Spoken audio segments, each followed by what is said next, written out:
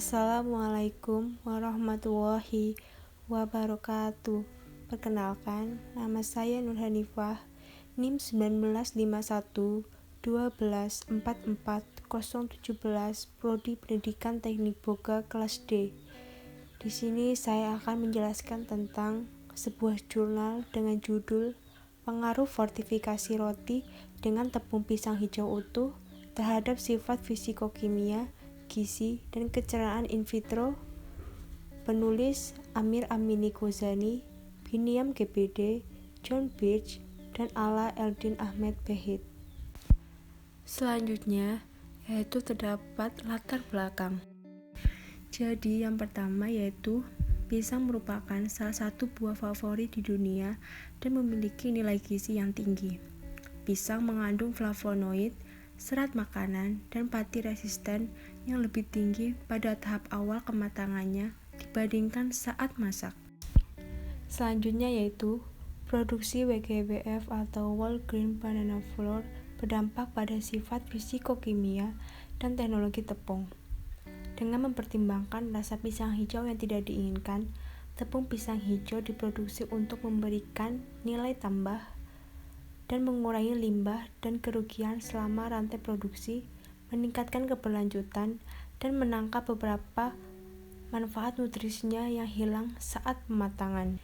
Untuk memberikan manfaat kesehatan tambahan dengan menggunakan bahan fungsional ini, campuran tepung pisang dan alternatif lain telah diusulkan di sebagian besar produk makanan berbasis pati seperti pasta, roti, kue, dan produk bebas gluten, sehingga menjadi peluang bagus untuk menggunakan tepung pisang serta untuk memperkuat roti dan meningkatkan nilai gizinya. Meskipun berbagai jenis roti tersedia di pasaran, roti tawar masih menjadi pilihan pertama yang banyak dikonsumsi karena atribut sensorisnya. Namun, roti tawar dianggap sebagai makanan indeks glikemik tinggi. Selanjutnya yaitu pemanfaatan dalam roti mendapat perhatian karena penelitian terbaru menunjukkan kandungan SDS dan RS atau pati resisten yang lebih tinggi dibandingkan dengan RDS pada ampas pisang hijau. Tujuan yaitu meskipun terdapat sedikit laporan tentang pengaruh penggantian tepung terigu dengan tepung pisang hijau terhadap sifat teknologi roti, studi in vitro yang menyelidiki daya cerna pati dalam model ini masih langka. Selain itu, informasi yang tersedia tentang pengaruh metode penyiapan tepung pisang hijau terhadap sifat roti juga masih kurang. Untuk menghasilkan hasil pisang hijau dan memanfaatkan nilai gizinya yang tinggi, penggunaan kulit dan ampasnya diusulkan, sehingga dapat menentukan efek pengaruh perlakuan panas yang digunakan dalam pengeringan dan tingkat fortifikasi pisang hijau utuh terhadap sifat fisikokimia dan nutrisi serta daya cerna roti yang mengandung WGBF. Material yang terdapat pada jurnal ini yaitu yang pertama pisang, kedua yaitu tepung terigu, ketiga baking powder, keempat ragi, kelima butter, keenam garam, ketujuh susu, dan yang terakhir yaitu terdapat madu. Selain material, terdapat metode yang digunakan. Yang pertama yaitu produksi tepung pisang. Tepung pisang hijau diproduksi dari pisang hijau utuh termasuk kulitnya dengan dua metode pengeringan, yaitu pengeringan beku dan pengeringan oven udara pada suhu 50 derajat Celcius. Selanjutnya, semua sampel tepung disaring menggunakan saringan, vakum, lalu dikemas dalam kemasan poliproilin dan disimpan di lemari es untuk proses pembuatan roti. Kedua, yaitu pembuatan roti. Persiapan roti dilakukan dengan menggunakan protokol yang disarankan oleh Corbett et al. Semua bahan diseimbangkan pada suhu kamar selama 20 menit sebelum memulai proses. Semua bahan kering dicampur selama 3 menit dengan kecepatan rendah di pembuat roti, diikuti dengan penambahan susu, mentega, dan air, dan pencampuran selama 12 menit selanjutnya dengan kecepatan sedang. Pemanggangan selesai setelah 25 menit dengan pemanasan pada 180 derajat Celcius, diikuti dengan pendinginan pada suhu kamar selama 1 jam. Ketiga, sifat fisikokimia roti. Semua sifat fisikokimia dari sampel roti ditentukan dengan menggunakan metode standar AOAC 2000 yang telah disetujui. Aktivitas air diukur dengan perangkat Aqualab pada 25 derajat Celcius. Kadar abu diukur dengan menggunakan tungku menurut metode 923.03. Kadar lemak total diukur dengan menggunakan metode ekstraksi Sohlet. Kadar protein dilakukan dengan menggunakan metode kerja untuk menentukan nitrogen total dan faktor konversi 6,25 yang digunakan. Keempat, yaitu kerak roti dan warna remah. Warna kerak dan remah roti diukur dengan spektrokolorimeter Hunter Lab. Warna diukur pada 3 titik sampel roti segar dalam rangkap 3. Hasilnya ditentukan menggunakan sistem CIEL bintang A bintang B bintang. Kelima, profil mineral. Analisis mineral dilakukan oleh Agilent 7500CE quadrupole induktif digabungkan spektrometer massa plasma, spektrometer massa yang terhubung ke sistem reaksi gelombang mikro 2450 MHz yang dapat diprogram dengan keluaran operator yang dapat dipilih dari 0 sampai 1600 W. Keenam, yaitu tes kecernaan in vitro starch. Berdasarkan pencernaannya, pati telah diklasifikasikan menjadi pati yang dapat dicerna dengan cepat, yaitu RDS jumlah glukosa yang dilepaskan setelah 20 menit, pati yang dapat dicerna perlahan, yaitu SDS jumlah glukosa yang dilepaskan antara 20 dan 120 menit, dan pati resisten RS, pati tersisa tidak dicerna setelah 180 menit.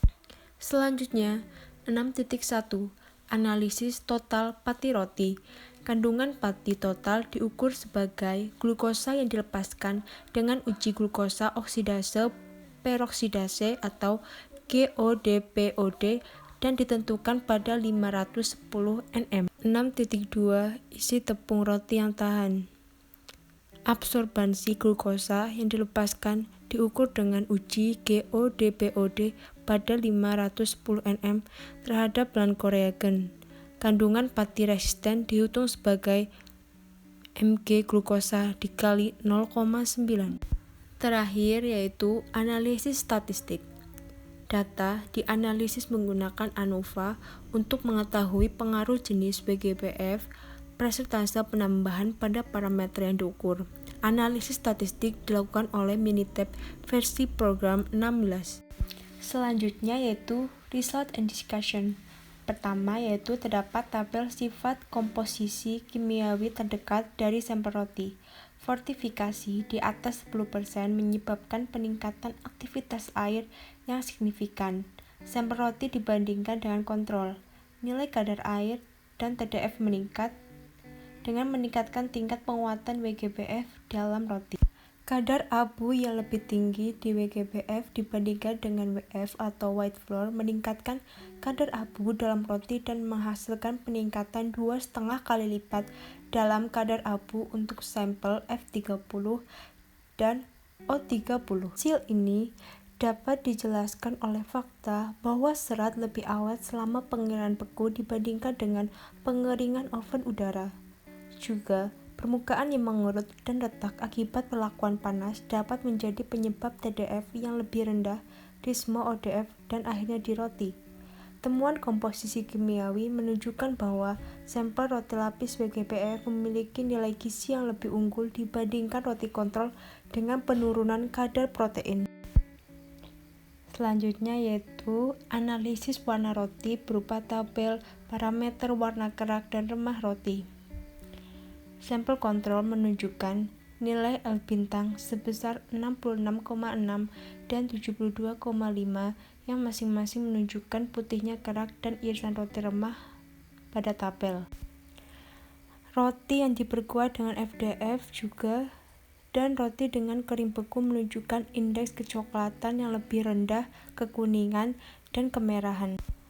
Muhammad et al. Menyebutkan bahwa untuk buah-buahan seperti pisang yang mengandung polifenol tingkat tinggi, oksidase menyebabkan oksidasi enzimatik dari senyawa monofenolik dan melepaskan O difenol dan O quinone. Kandungan karbohidrat yang lebih tinggi di WGBF juga mungkin telah mengakibatkan reaksi Maillard, khususnya pada sampel remah roti OD, mirip dengan yang ditemukan dalam literatur. Lalu, terdapat profil mineral. Mineral memainkan peran kunci dalam sistem enzim dan memfasilitasi fungsi organ tertentu. Beberapa mineral penting dalam jumlah yang lebih besar yaitu makro, dan yang lainnya dalam jumlah yang lebih kecil yaitu mikro. Semakin banyak WGBF yang dimasukkan ke dalam roti, kandungan mineralnya pun meningkat, terutama elemen makro yaitu terdapat pada gambar A. Selain itu, semua sampel roti lapis yang dikeringkan dalam oven menunjukkan persentase FeZN berupa O20 dan O30 dan Cu yang lebih tinggi dibandingkan dengan roti kontrol pada gambar B. Terakhir yaitu analisis kecernaan pati yang terdapat pada tabel yaitu berupa kecernaan pati pada sampel roti. Diketahui bahwa produk pangan dengan tingkat RS dan SDS tinggi tidak menghasilkan postprandial, lonjakan hiperglikemik, dan hiperinsulinemik terkait dengan RDS. Ketika jumlah WGBF meningkat pada roti, RS meningkat secara signifikan dengan sampel F30 sebanyak 8,55% memiliki persentase tertinggi. Lebih banyak DF dalam sampel roti pisang, khususnya di atas level 20%, mengakibatkan perubahan viskositas yang bertindak sebagai penghalang fisik pada permukaan pati dan mencegahnya diserang oleh enzim pencernaan. Seperti dapat dilihat pada tabel, jumlah SDS meningkat secara signifikan pada O30 dan F30 dibandingkan perlakuan lainnya. Telah disebutkan bahwa RS memiliki peran spons dan mampu menyerap air di usus besar dan membantu bercampur dengan bahan makanan dalam bentuk jaringan yang kusut dan dengan demikian dapat memperlambat laju pencernaan. Conclusion: dapat disimpulkan bahwa penggunaan pisang hijau utuh hingga 30% sebagai pengganti tepung terigu secara signifikan meningkatkan kandungan serat makanan, abu, dan mineral dalam roti secara signifikan.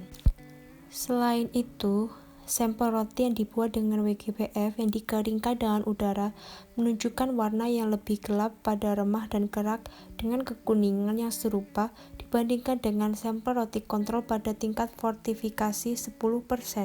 Dapat disimpulkan bahwa penambahan 30% WGBF dapat dikatakan sebagai roti fungsional yang mengandung sediaan prebiotik. Terima kasih atas perhatiannya. Kurang lebihnya mohon maaf. Wassalamualaikum warahmatullahi wabarakatuh.